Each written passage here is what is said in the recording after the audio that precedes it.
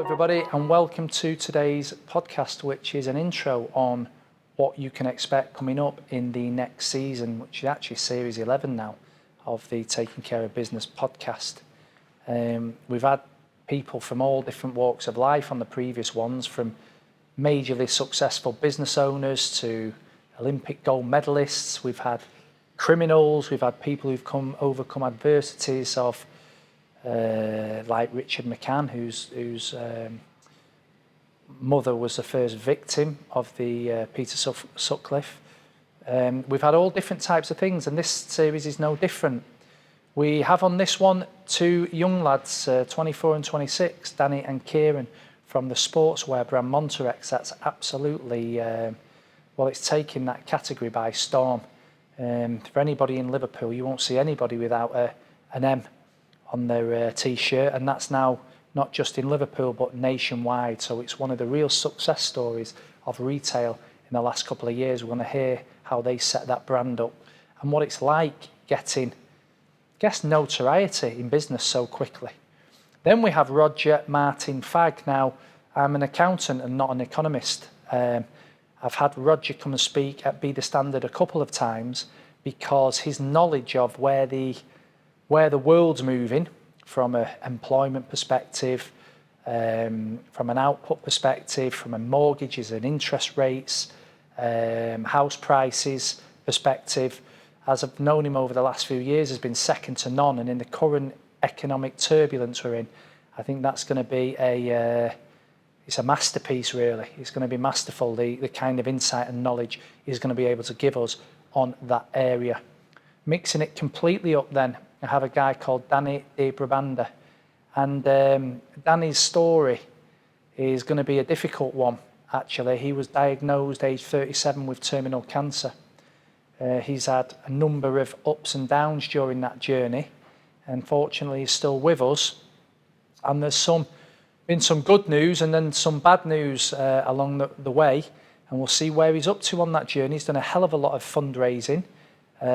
Must have an amazing mindset to be able to put at such a relatively young age that kind of news, and of course the physiological aspects of what that brings, and yet be able to spend all his time fundraising and fighting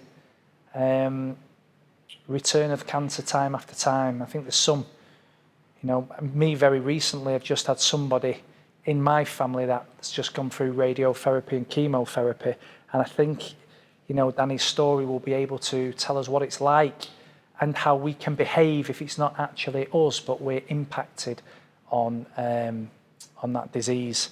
So that's Danny. And after that we've got Kirk Miller. Kirk is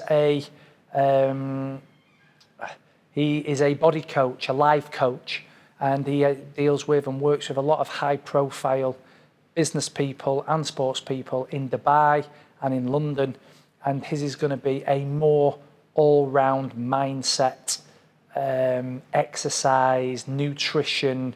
It's going to be a reflection, really, as we're going into Christmas, of the effects of alcohol and some of the more topical things we can talk about leading into Christmas, and then what we can do to make our bodies recover, if you like, from that overindulgence when it comes to January. So that's Kirk Miller.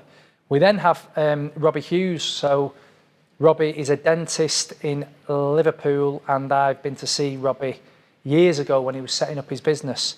And then I walked in it prior to my wedding to get my teeth done, and it was like walking into Dakota Hotel and getting your teeth done. So he very much does things differently in his what is quite a sleepy, or could be described as quite a traditional and sleepy industry, dentistry.